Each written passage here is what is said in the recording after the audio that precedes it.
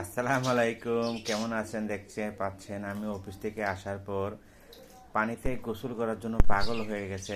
এখন রাত্র 11টা বাজে, আমি মাত্র আসলাম। আসার পর আমি পানি দিলাম গোসল করার জন্য। দেখতে পাচ্ছেন দুইটা পাখি গোসল করার জন্য প্রস্তুত হয়ে গেছে, এখনই গোসল করবে। দেখুন, ভিডিওটা দেখতে থাকুন।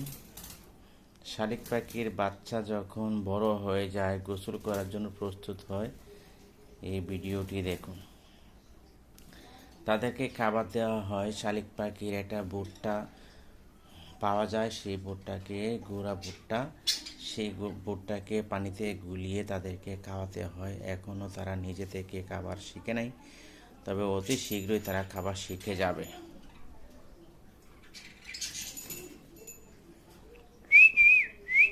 বাবা, বাবা, গোসল করো, গোসল গোসল